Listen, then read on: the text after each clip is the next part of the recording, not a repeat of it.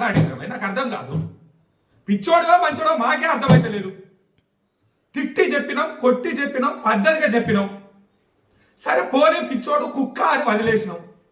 మళ్ళీ అదే పద్ధతిగా మాట్లాడుతాను. నిన్న వాకిటాకి పెట్టుకుని ఎవరి కోసం పనిచేసారు?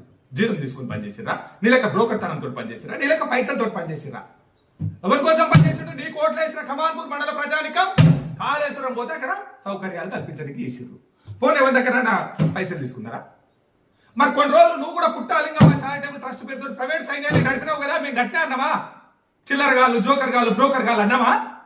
కానీ ఒక ఉన్నత స్థాయిలో ఉన్న కుటుంబాన్ని, వాళ్ళ తండ్రి తరాన్ని, వాళ్ళ తరాన్ని, వాళ్ళ సతీమణులు, చివరికి వాళ్ళ పిల్లలను కూడా అనే స్థాయికి వచ్చిండు. ఓట్లేసిన పాపానికి కాటారం జనాన్ని, వీరికి ఓట్లేసిన పాపానికి కమాన్పూర్ రొంపుకుంటే జనాన్ని, చివరకు పుష్కరాల్లో స్వయంగా పుష్కరాల్లో నిజంగానే సైన్యంగానే పనిచేస్తా ఉన్నారు. ఎందుకోసం? ఈ ప్రాంతానికి సంబంధించిన కుటుంబాలు.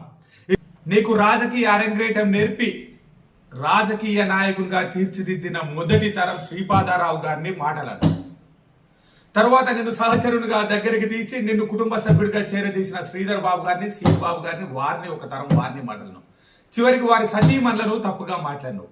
ఇంకా నీ నోటికి ఒక చిన్న పిల్లలే కదా ఆ కుటుంబంలో మిగిలింది. ఆ చిన్న పిల్లలు కూడా మాట్లాడంటావా?